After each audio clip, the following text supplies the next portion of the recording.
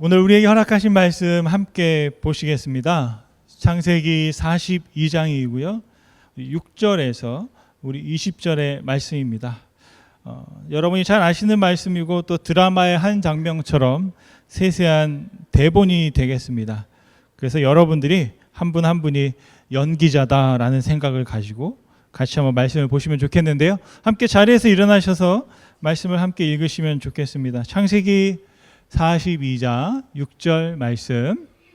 때에 요셉이 나라의 총리로서 그 땅 모든 백성에게 곡식을 팔더니 요셉의 형들이 와서 그 앞에서 땅에 엎드려 절하매 요셉이 보고 형들인 줄 아나 모르는 체하고 엄한 소리로 그들에게 말하여 이르되 너희가 어디서 왔느냐? 그들이 이르되 곡물을 사려고 가나안에서 왔나이다. 요셉은 그 형들을 알아보았으나 그들은 요셉을 알아보지 못하더라. 요셉이 그들에게 대하여 꾼 꿈을 생각하고 그들에게 이르되 너희는 정탐꾼들이라 이 나라의 틈을 엿보려고 왔느니라. 그들이 그에게 이르되 내 주여 아니니이다. 당신의 종들은 곡물을 사러 왔나이다. 우리는 다 한 사람의 아들들로서 확실한 자들이니 당신의 종들은 정탐꾼이 아니니이다. 요셉이 그들에게 이르되 아니라 너희가 이 나라의 틈을 엿보러 왔느니라. 그들이 이르되 당신의 종 우리들은 12 형제로서 가나안 땅 한 사람의 아들들이라. 막내 아들은 오늘 아버지와 함께 있고 또 하나는 없어졌나이다. 요셉이 그들에게 이르되 내가 너희에게 이르기를 너희는 정탐꾼이라 한 말이 이것이니라. 너희는 이같이 하여 너희 진실함을 증명할 것이라.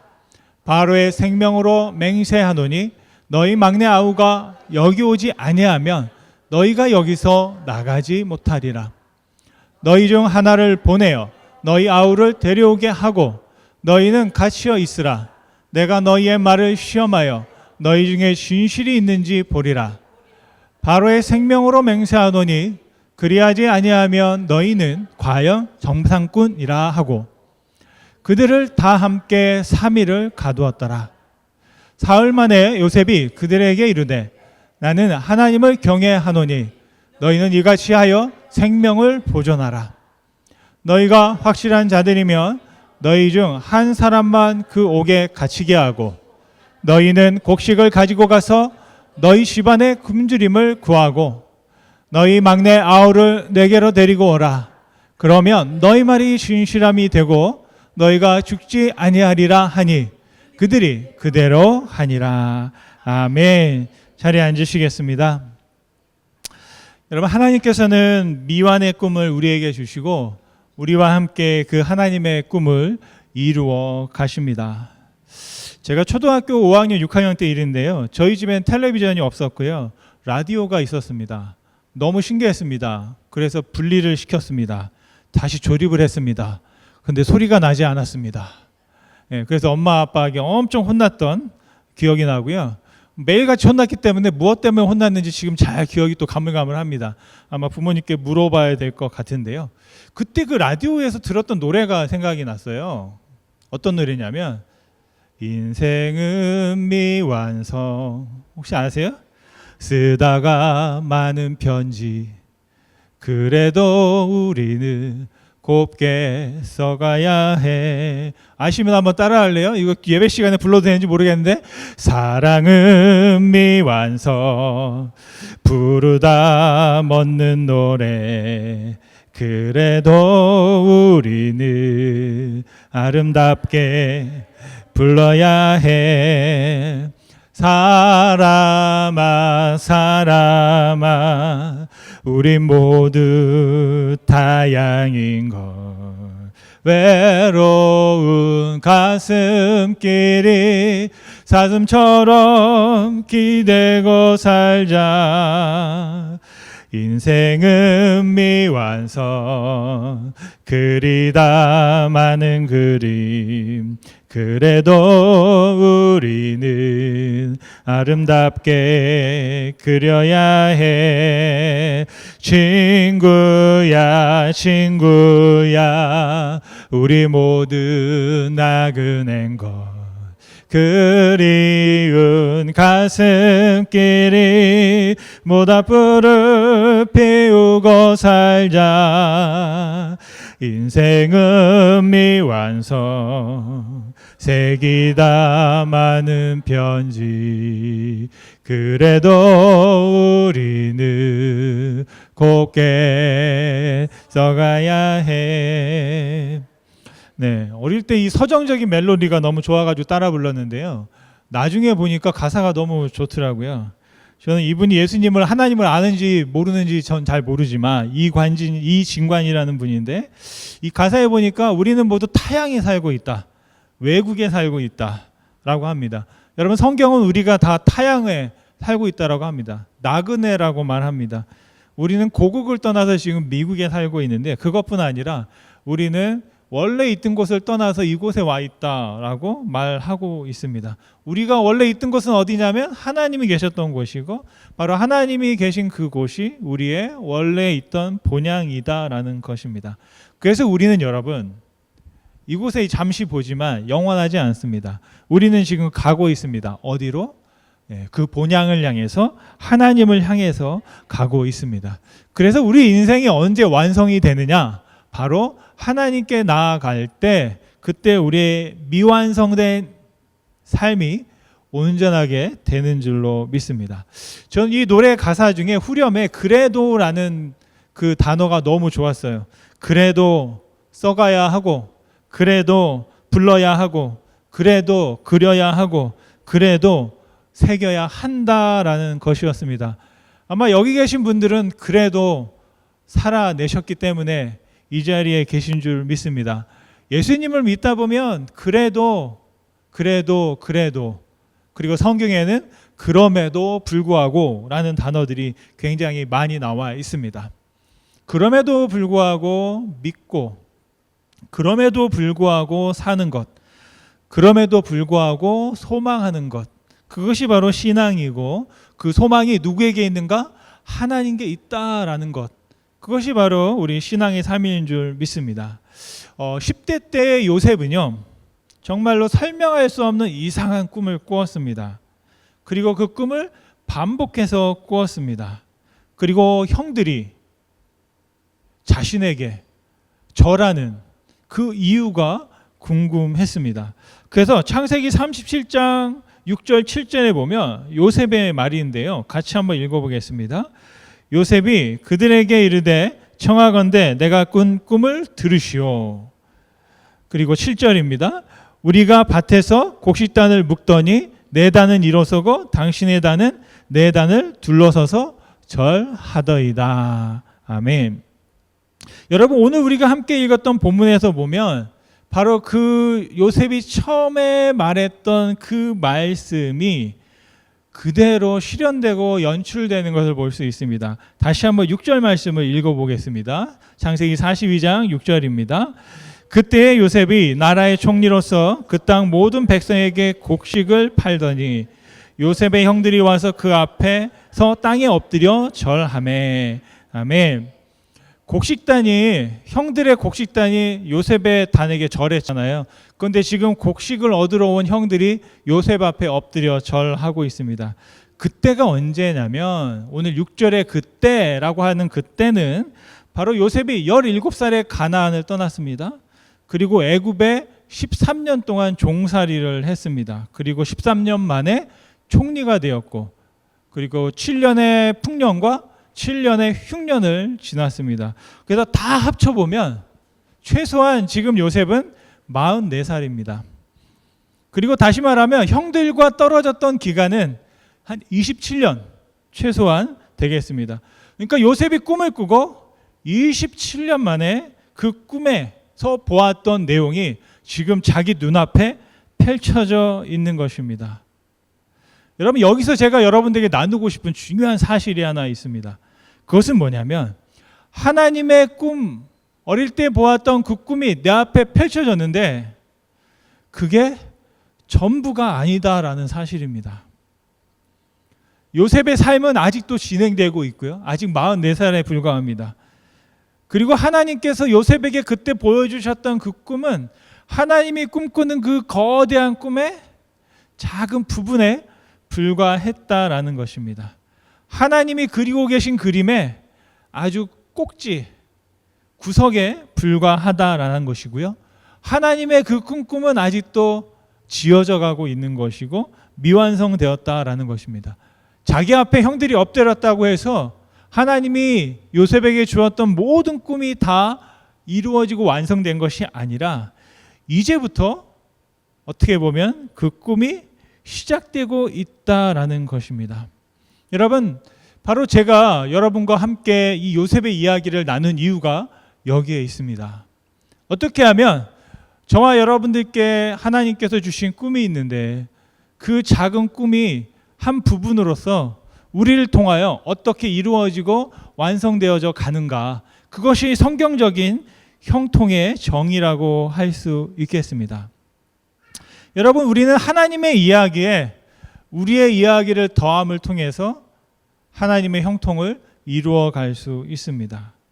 하나님은 우리가 페달을 밟고 앞으로 전진할 수 있도록 뒤에서 자전거를 붙잡아 주시는 분이고요. 이제는 그 두 발 자전거의 페달을 열심히 밟아서 앞으로 나아가는 것은 바로 우리들의 몫이다라는 것입니다. 요셉은 생각지도 못한 순간에, 그리고 생각지도 못했던 장소에서 자신이 꿈에서 보았던 장면을 마주하게 됩니다. 이럴 때 우리가 하는 말이 있죠. 원수는 외나무 다리에서 만난다라는 겁니다. 그래서 그 원수를 만나면 여러분이라면 어떻게 하시겠습니까? 마음이 막 복잡할 것 같아요. 아직 준비가 안 됐는데 갑자기 그 형 10명이 내 앞에 엎드려 있는데 저들을 내가 어떻게 할까? 굉장히 큰 고민이 될 것 같습니다. 그래서 그 복잡한 요셉의 심경이 오늘 본문의 말씀 속에 그대로 담겨 있습니다. 그런데 결론적으로 말하면 아까 우리가 노래했던 것처럼 그럼에도 불구하고 요셉은 하나님의 곁을 지켰고요.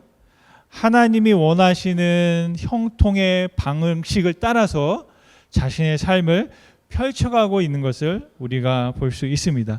그래서 질문은 이것인데요. 우리를 향한 하나님의 꿈을 이루어가는 형통의 지혜는 무엇일까? 첫 번째로 여러분에게 주신 하나님의 꿈을 꼭 생각하시기를 바랍니다. 살다 보면 나를 향하신 하나님의 꿈이 자꾸 작게 보이고 희미해질 때가 있습니다. 또 반대로 까맣게 잊어먹고 있던 사실이 갑자기 눈앞에 떵 하고 기억되고 나타날 때가 있습니다. 제가 군대를 다녀와서 복학을 했습니다. 2학년 2학기에 그때 가니까 9호학번 우리 신입생들이 2학년 2학기 수업을 같이 듣게 됐어요. 첫 수업에 그때는 출석을 불렀어요. 초창기니 학기 시작할 때 얼굴을 모르기 때문에. 근데 특이한 이름이 있었어요. 이름의 first name이 인정이에요. 그런데 last name이 노씨예요. 인정노. 그래서 한국식으로 하면 노인정. 그게 무슨 뜻이죠? 시니어 센터라는 그런 뜻을 가지고 있잖아요. 노인정 하는 거예요. 그래서 제가 얼떨결에 본능적으로 쳐다보면 안 되는데 쳐다본 거예요. 딱 쳐다봤어요. 그랬더니 모르는 얼굴이에요. 보니까 이제 9호학번 새내기가 아니죠. 2학년 된 2학년 2학기 하고 있습니다. 수업이 끝났어요. 그런데 복도에서 갑자기 누가 저를 오빠 하고 부르는 거예요. 저를 불렀는지 누구를 불렀는지 모르는데 오빠 그래요. 그래가지고 돌아봤죠. 그랬더니 저를 보면서 하는 말이 오빠 나야 인정이 이러는 거예요. 그때 순간 지금 생각해도 와이프가 들어오면 안 되는데 갑자기 딱 얼굴을 봤는데 오빠 나야 인정이 이러는 거예요. 그래가지고 제가 또 한번 둘러봤어요. 혹시 나 말고 또 누가 서 있나. 저를 향해서 하는 거예요. 근데 난 괜히 잘못한 것도 없는데 괜히 잘못한 것 같고 이게 누구지? 하고 쳐다본 거예요.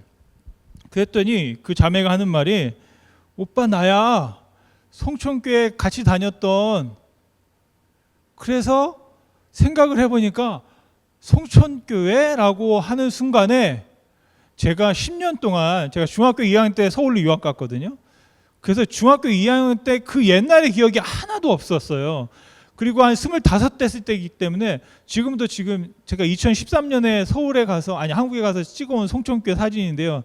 지금 모습인데 제가 제 이제 어릴 때 다니던 고향 교회입니다. 그런데 그 송천교회라는 한 말을 딱 하는 순간 제 머릿속에 막 필름이 막 돌아가기 시작하더니 내 앞에 있는 그 인정이가 그 인정인가 하는 거예요. 생각이 갑자기 들기 시작하는 거예요. 근데 문제가 뭐냐면 얼굴이 너무 달라진 거예요. 지금은 제 동기랑 결혼해가지고 천안에서 목회하고 있는 사모님인데 이 방송을 안 보시기 바랍니다. 문제가 뭐냐면 어릴 때 봤던 얼굴과 너무 다른 거예요. 그래서 자세히 보니까 제가 어릴 때 봤던 그 얘기를 안 했나요? 목사님의 딸이에요. 그래가지고 제가 그 노인환 목사님께 세례를 받았거든요. 초등학교 6학년 때. 세례를 받았는데 그 노인환 목사님의 딸이 바로 노인정이 자매였던 거예요. 근데 지금 자세히 봤더니 그때 그 사모님의 모습을 하고 있는 거예요. 똑같아요, 보니까. 그리고 제가 기억하는 노인정은 서울에서 와가지고요. 얼굴이 하얘가지고, 예, 여러분 소나기라는 그 소설 아시죠? 서울의 그 병약한 그 소녀가 시골 왔는데 시골에 저는 시커매가지고 여기 바가지 머리하고 막 이렇게 있는 왔을 때 너무 신기한 그 얼굴을 하고 있는 그 자매가 있었거든요. 어린애가. 그래가지고 제가 그렇게 괴롭혔던 생각이 나는데 여하튼 그 장면과 그 봤던 실제랑은 좀 너무 달랐고 사모님이 딱 성장해서 와 계시더라고요. 드리고 싶은 말씀은 뭐냐면 우리 살다 보면 지나고 난 기억들이 없다가 갑자기 이렇게 생각날 때가 있잖아요. 그런데 보니까 요셉의 형들은 저랑 비슷했던 것 같아요.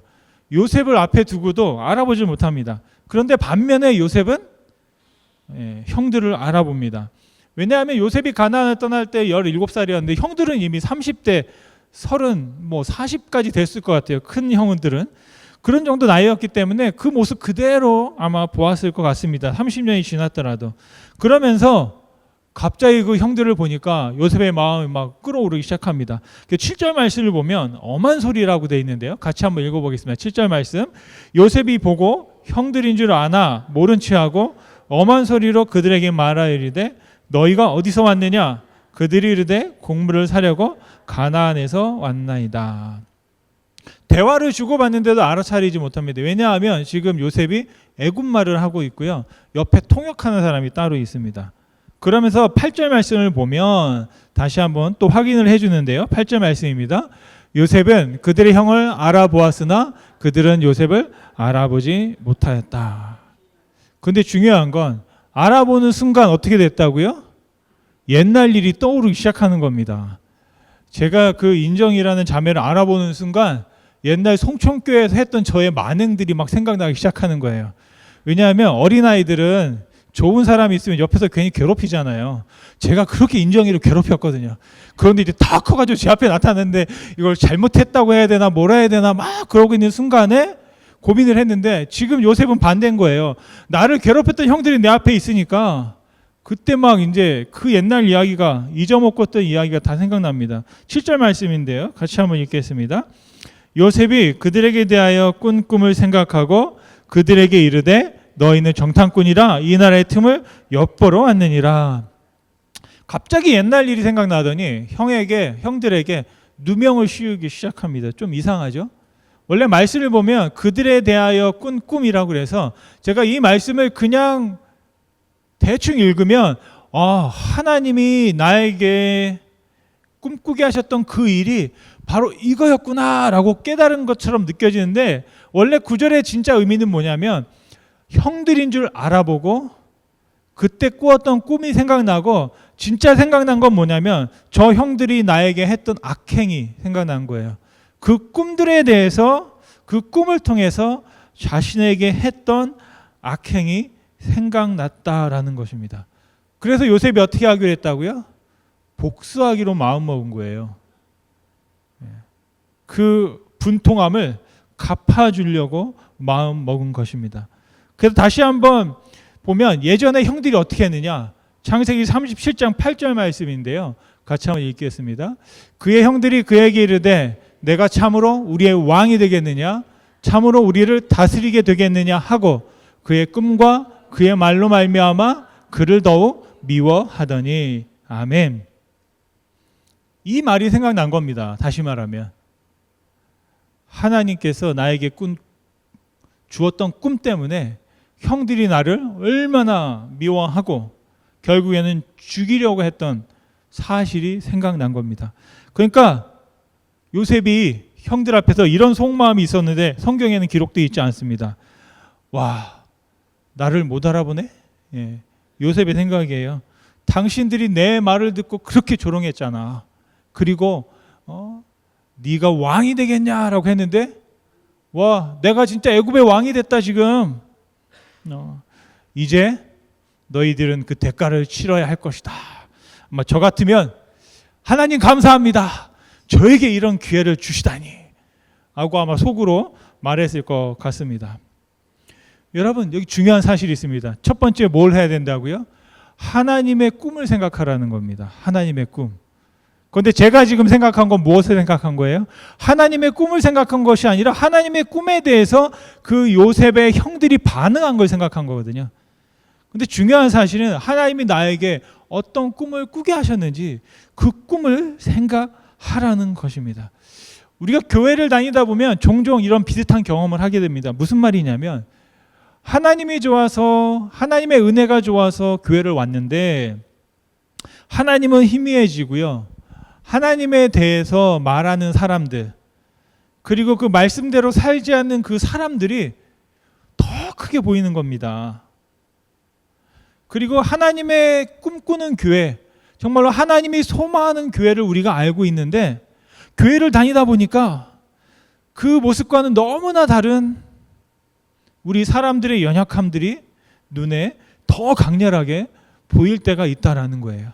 그럴 때 우리가 해야 하는 것은 뭐냐면 눈에 보이는 것이 아니라 눈에 보이지 아니하고 하나님이 우리에게 꿈꾸게 하셨던 그 꿈이 무엇인가, 하나님의 생각이 무엇인가를 여러분 바라보시기를 간절히 소원합니다. 여러분도 지금 눈앞에 보이는 것들을 우리가 외면할 수 없습니다. 어려운 상황도 있고 문제들도 있습니다. 그런데 그것 때문에 정말로 소중한 것을 보지 못할 때가 있다라는 것입니다. 제가 주말이 되면 말씀을 준비한다고 컴퓨터 앞에 딱 앉아 있습니다. 근데 가끔 하루 종일 앉아 있다 보면 뒤통수가 간질간질할 때가 있습니다. 누군가 나를 째려보는 것 같아요. 누굴까요, 그 사람이? 아니 하루 종일 저러고 있느냐? 말은 안 하지만 말했다가는 또 잘못될 수 있기 때문에 말은 하지 못하지만 왠지 좀 찝찝할 때가 있습니다. 이게 뭐냐? 여러분, 지금 이 순간 나에게 정말 소중한 것이 무엇일까? 나에게 맡겨진 일을 감당하고 말씀을 준비하고 하나님의 일을 섬기는 것도 소중하지만 나와 함께 있는 가족들이 또 있잖아요.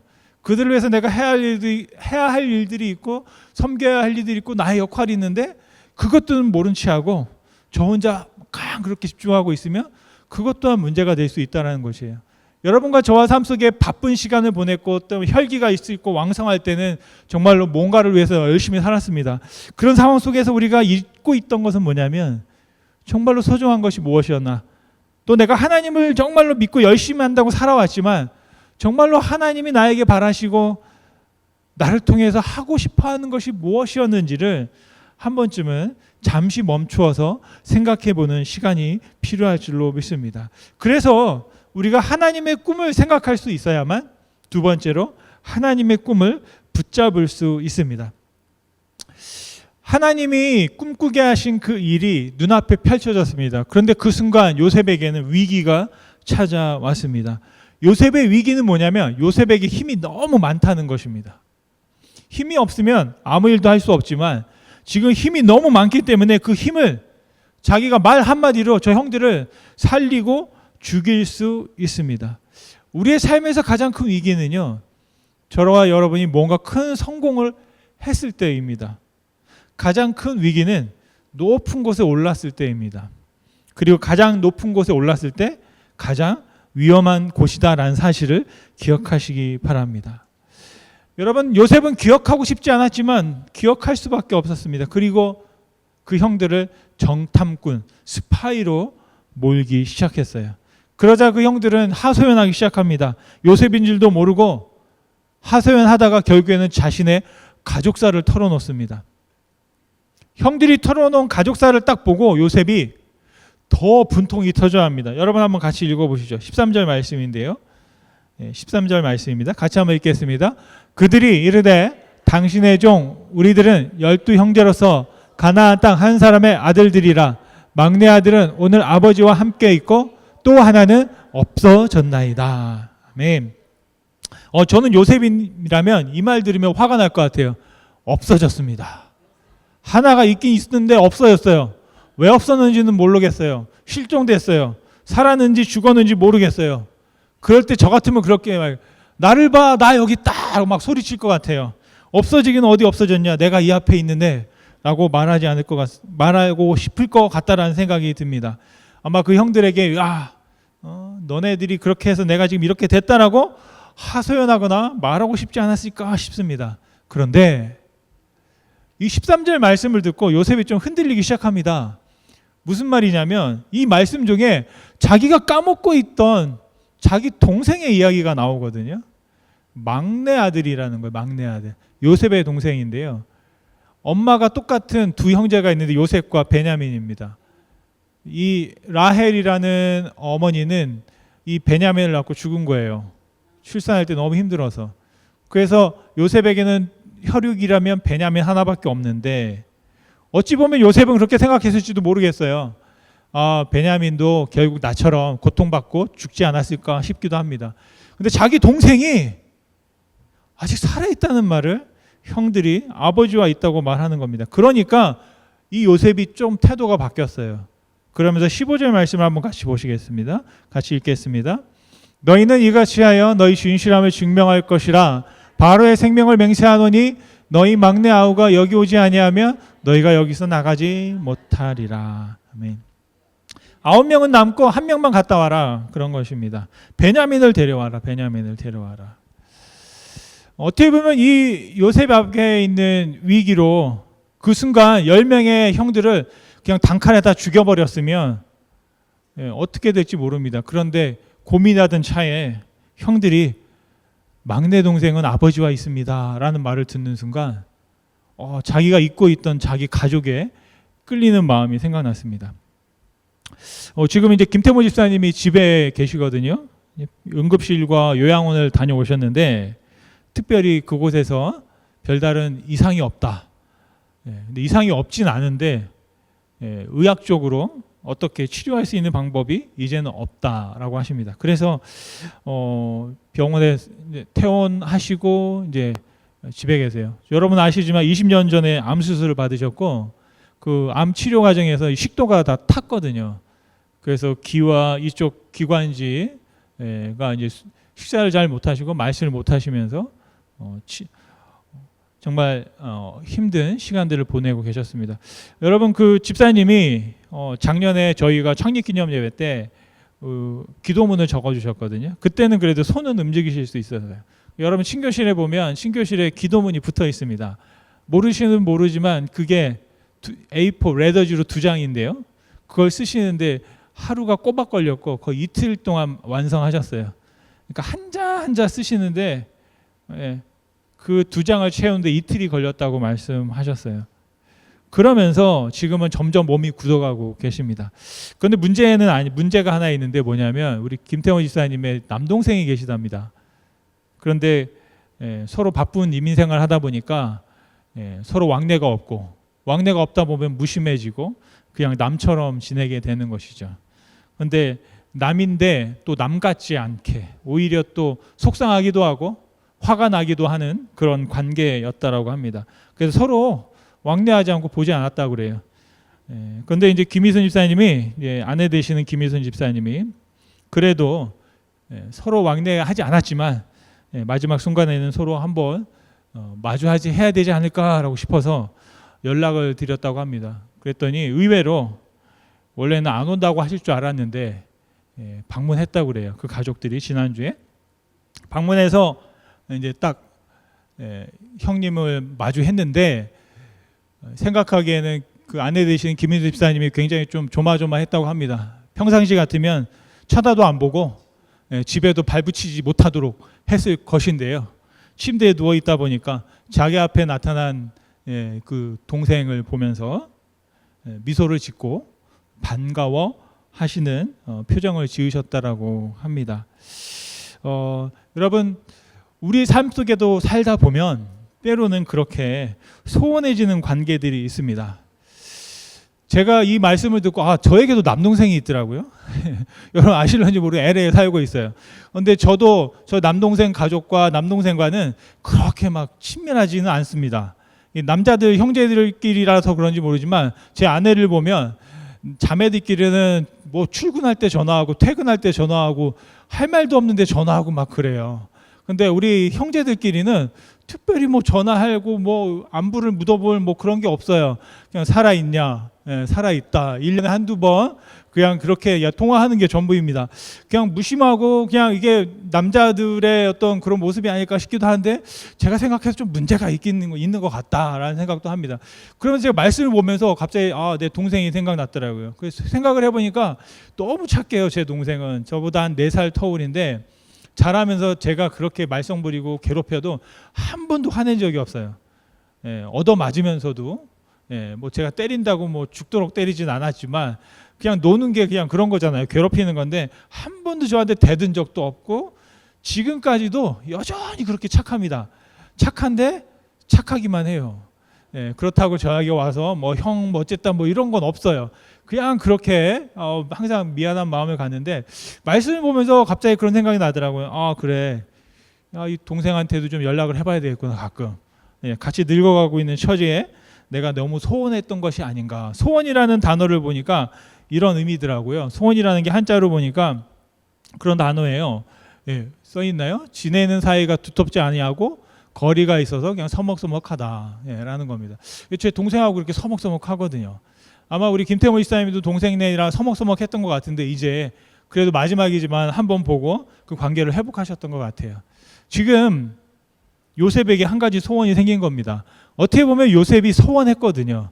아버지도 찾지 않았고 자기 친동생이었는데도 찾지 않았어요. 그런데 형들이 하는 말을 듣고 나에게 하나님께서 그 꿈을 꾸게 하신 이유가 뭘까? 하나님의 그 꿈이 뭘까? 자기가 이스라엘 사람으로 야곱의 아들로서 하나님의 백성으로서 살아가는 그 꿈을 이루기 위해서는 요셉에게 무엇이 필요합니까? 가족의 관계를 회복하는 것이 필요했다라는 것입니다. 여러분, 하나님의 꿈을 이루어가는 것은 나만의 꿈이 아니거든요. 여러분의 꿈이면 여러분의 자녀와 여러분의 가족의 꿈이기도 하고요. 나의 꿈을 통해서 우리 교회가 꿈을 이루기도 합니다. 그래서 중요한 것은 우리 주변에 있는 소원한 관계들을 한번 살펴보고 그 관계를 회복하는 지혜가 필요할 줄로 믿습니다. 혹시 여러분의 형제나 여러분의 자녀나 또 여러분의 친척 중에 소원한 관계들이 있다면 혹시 한 명이라도 떠오르신다면 그분에게 한번 안부를 묻고 또 한번 그냥 살아있나라고 한번 연락을 해보는 것도 기회가 아닐까 싶습니다. 바로 그런 위기를 통해서 기회를 잡는 것이죠. 세 번째로 요셉은 어떻게 하느냐? 하나님의 꿈을 생각했고 하나님의 꿈을 붙잡았어요. 그 꿈은 뭐냐면 가족의 관계를 다시 회복하는 것입니다. 그리고 세 번째로는 그 꿈을 사람들 앞에서 선포했다라는 것입니다.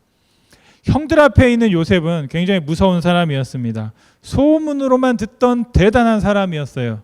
7년의 풍년을 알았고 7년의 흉년을 알았고 지금 온 세상이 다 힘든데 애굽을 구원한 구원자였습니다.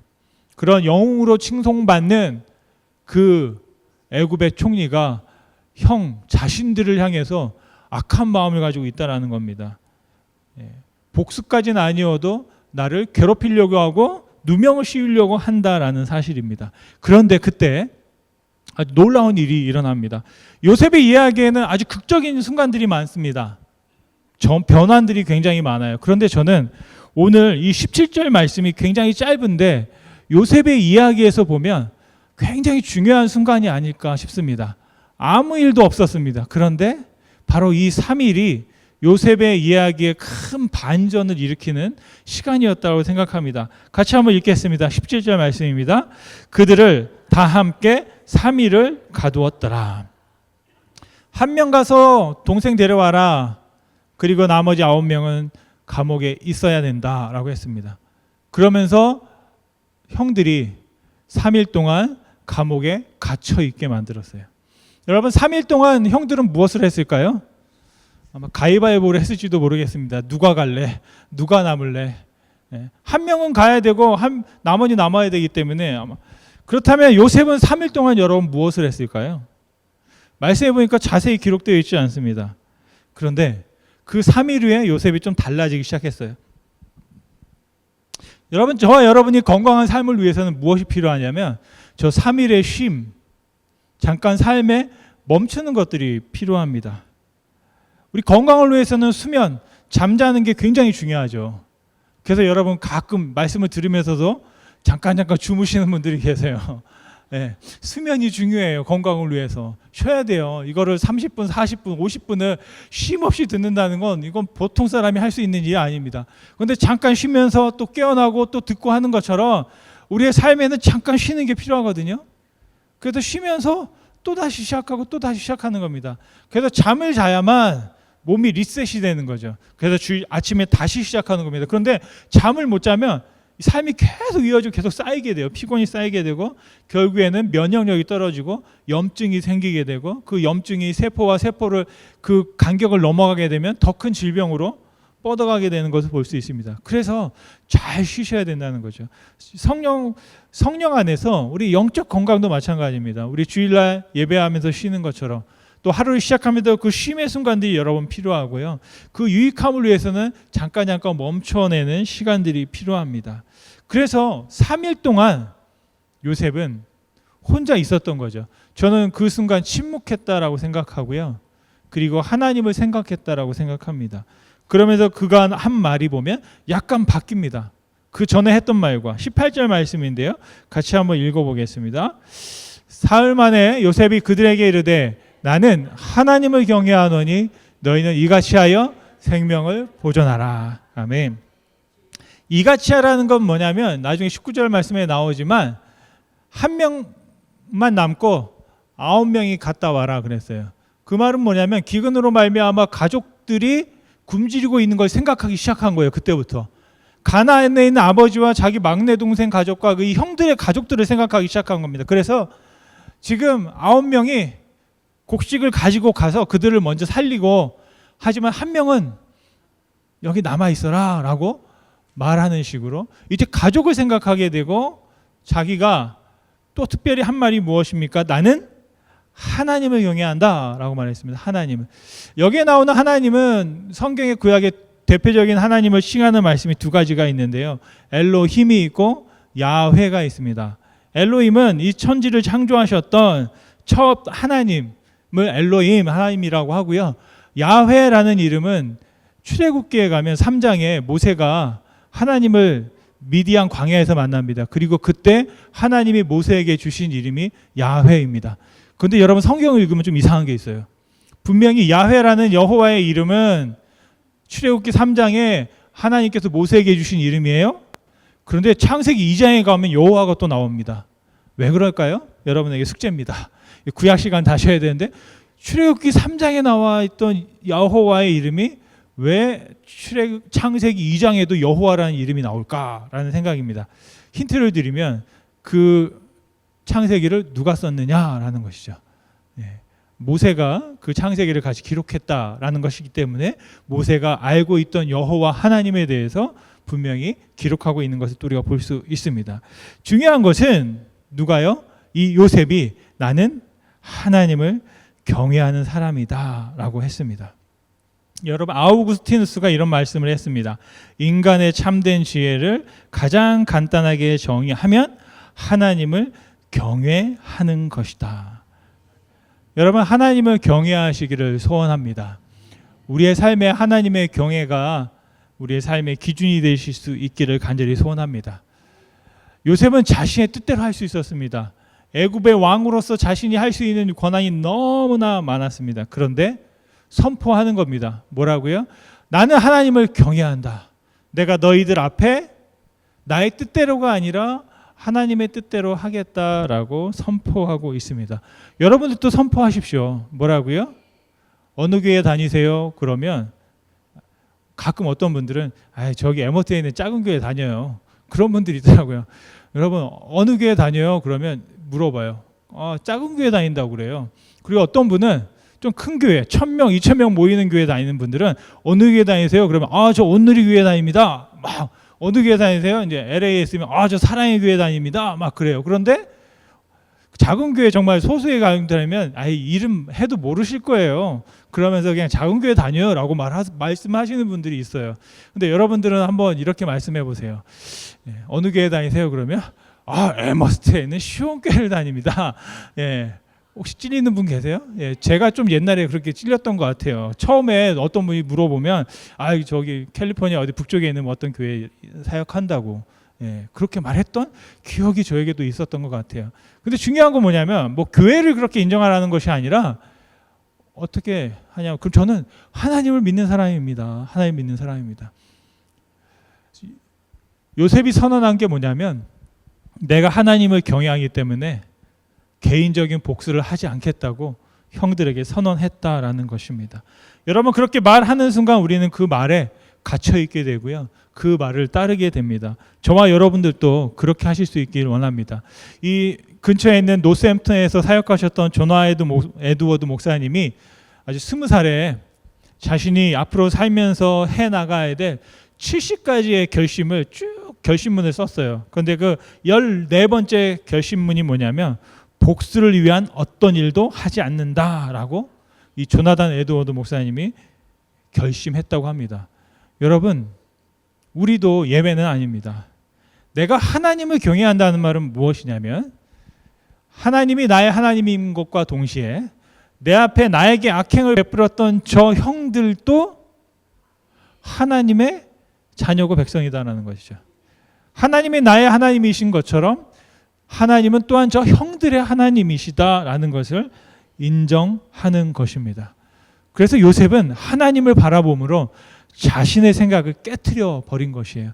이것이 굉장히 중요합니다. 이게 바로 날마다 죽는다는 말이고요. 소설가였던 프란츠 카프카는 이런 말을 했습니다. 책은 우리 안에 얼어붙어 있는 바다를 깨트리는 도끼여야만 한다. 근데 이 말을 본따 가지고 공부는 도끼다, 뭐는 도끼다라는 그런 책들이 여러 개 나왔어요. 도끼다라는 거 뭐예요? 도끼라는 건 얼어붙어 있는 바다가 뭐냐? 우리의 고정되어 있는 생각, 우리의 생각하는 나만의 어떤 그 자아를 깨트리는 것, 바로 그 도끼가 필요하다는 것이죠. 여러분 하나님을 믿을 때 하나님의 지혜로 말미암아 우리의 삶들이 그렇게 깨어질 수 있기를 간절히 소원합니다. 그리고 하나님이 주신 꿈을 붙잡고 그 꿈을 선포하며 사시기를 간절히 소원합니다. 말씀을 마치면 예수님은요 하나님의 미완의 꿈을 이루셨습니다. 하나님은 예수님의 어떻게 죽어야 하는지를 알려주셨어요. 근데 문제가 하나 있습니다. 이 세상에 있는 그 누구도 예수님을 죽일 수 없습니다. 예수님이 원하지 아니하면 예수님을 이길 사람이 아무도 없었습니다. 그런데 예수님은 그냥 죽임을 당하셨습니다. 정말 요셉에게는 큰 힘이 있었습니다. 그런데 그 큰 힘을 요셉은 사용하지 않았습니다. 자신의 모든 힘을 하나님께 내어놓고 오히려 하나님을 경외함으로 형들의 하나님인 것을 알고 그 형들의 모든 처분을 하나님께 맡긴 것을 볼 수 있습니다. 우리는 삶을 살다 보면 우리 안에 있는 문제를 바라보면서 그 문제가 누구 때문이라고 생각할 때가 많이 있습니다. 요셉은 자신 앞에 엎드려 있는 형들을 바라보면서 니네들이 문제야. 너희들 때문에 내가 이렇게 힘들었어, 어려웠어 라고 생각할 수 있었습니다. 그런데 요셉은 그 형들을 바라보면서 그 형들이 문제가 아니라 지금 내가 겪고 있는 이 사건은 내가 치러야 하고 내가 감당해야 하는 문제라는 사실을 깨달았다라는 것입니다. 여러분, 이게 아주 굉장히 중요한 부분인 것 같습니다. 우리는 문제를 바라보면서 다른 사람에게 그 문제의 원인을 돌릴 때가 많습니다. 최근에 책을 읽었던 지혜란 무엇인가라는 K방 키한 분이 이런 말씀을 하셨어요. 뭐라고 하셨냐면, 문제가 생기면 남을 탓하는 것이 가장 쉬우며 실제로 많은 사람들이 이렇게 행동한다라는 겁니다. 저도 그렇게 행동했던 것 같습니다. 어떤 일이 안 되면 가장 가까이 있는 사람에게 당신 때문이라고, 너 때문이라고 말하는 거예요. 오늘 아침에도 교회를 오려고 하는데 이게 없어요. 이게 있어야 설교를 하는데, 그래서 이게 어디 갔지? 누굴 쳐다봤을까요? 제 와이프를 쳐다본 거예요. 어디 갔지? 했더니 모른대요. 그래서 제가 이걸 분명히 어디 있는데 어디 있지? 혹시 저기 컨퍼런스 보스턴에 놓고 왔나? 막 그런 생각까지 드는데 제 와이프가 거기 있었다는 거예요. 이게 침대에. 제가 그랬죠. 나는 가방에서 꺼낸 적이 없는데 어떻게 이게 거기 있었지? 그랬더니 나는 분명히 또 봤다는 거예요. 그 침대에 있는 걸 봤고, 그래서 저는 나는 꺼낸 적이 없는데 누가 꺼내지? 이제 이게 무슨 말이에요? 저 사람 때문이 아닌가라는 거예요. 그리고서는 정신을 차리고 보니까 저희 집 침대에 이렇게 딱 놓여 있더라고요. 저희 집에 저 보턴이 아니라 어떤 상황이 벌리면 혹시 누구 때문이 아니야? 막 이런 생각을 하게 되잖아요. 저도 회개하게 되는 게 바로 그런 것 같아요. 여러분도 한번 생각을 해보세요. 여러분이 지금 문제라고 생각하고 있는 또 때로는 어려운 그런 일들이 있을 때 제가 깨닫는 것은 뭐냐면, 하나님이 말씀하시는 것은 그 사람이 문제가 아니라 그 문제는 나의 문제라는 겁니다. 내가 그 문제를 어떻게 해결할 것인가. 하나님이 나에게 주어진 숙제가 바로 나의 숙제라는 것이죠. 그 사람의 숙제가 아니에요. 왜냐하면 저 사람은 문제인지 모르기 때문인 거죠. 그런데 나는 그거를 문제로 인식하고 있기 때문에 그것은 내가 감당해야 될 나의 숙제라는 것입니다. 혹시 여러분 잘 적용하시면 돼요. 그러면 제가 목회를 아주 편하게 할 수 있어요. 딱 보시고 여러분 갑자기 저 송 목사가 문제야 라고 생각할 때가 있잖아요. 그죠? 없으신 줄로 믿습니다. 예를 들면 저 송 목사가 문제야 라고 생각할 때 여러분, 그건 저의 문제가 아니에요. 누구의 문제다? 여러분의 문제예요. 여러분이 감당해야 되고 여러분이 해결해야만 하는 문제라는 겁니다. 이게 농담이 아니라 진짜입니다. 하나님이 그렇게 여러분에게 시험을 주시는 거예요. 이건 내가 감당해야 될 시험이구나. 왜냐하면 여러분이 저를 문제로 여긴다고 해서 제가 여러분 바뀌지가 않아요. 제가 여러분을 문제로 여긴다고 해서 여러분이 바뀌지가 않아요. 그리고 제가 여러분을 바꿀 수가 없어요. 우리 어떤 교회 공동체에 문제가 생기면 그 문제를 바라볼 때 저 사람이 문제야가 아니라 저 사람이 문제라고 바라보고 있는 내가 문제인 거예요. 내가 잘못했다는 게 아니고 내가 나쁘다는 말이 아닙니다. 그것을 내가 하나님께서 문제로 인식하게 하고 받아들이게 했을 때는 하나님께서 분명히 생각이 있으신 거예요. 뜻이 있으신 거예요. 그래서 내가 이 문제를 내가 어떻게 할 것인가? 내가 어떻게 저 사람을 도와줄 것인가? 아니면 내가 오해하고 있는 이 오해를 어떻게 풀 것인가를 여러분 생각하셔야만 합니다. 여러분, 그럴 때 공동체가 살 수 있고요. 요셉의 가족이 다시 하나가 될 수 있고요. 그를 통해서 하나님께서 아브라함에게 했던 약속들을 이루어 갈 수 있다라는 것입니다. 여러분, 하나님께서 저와 여러분들에게 보여주시는 것, 그것들을 바라보시기 바랍니다. 바로 하나님의 꿈입니다. 내 입장에서 내 문제만 생각하지 마시고 하나님의 꿈을 바라보시길 원합니다. 그리고 그 문제를 통하여 우리에게 역사하시는 하나님의 섭리를 깨닫고 그 기회를 잡으시기 바랍니다. 그리고 결국에는 내 뜻대로가 아니라 하나님의 지혜로, 하나님을 경외함으로 하나님의 꿈을 이루어 가시기를 원합니다. 그럴 때 우리는 하나님이 우리에게 바라시는 형통의 삶을 살게 될 줄로 믿습니다. 아까 처음에 노래했던 것처럼 인생은 미완성, 그래도 우리는 써가야 해라고 노래했습니다. 여러분, 우리의 인생은 하나님의 앞에 갈 때까지 계속 써가야 합니다. 끝까지 포기하지 마시고 하나님께서 우리에게 주신 꿈, 지금은 작게 보이지만 그 꿈에 더하여 하나님의 꿈을 완성할 수 있는 우리가 되기를 간절히 소원합니다.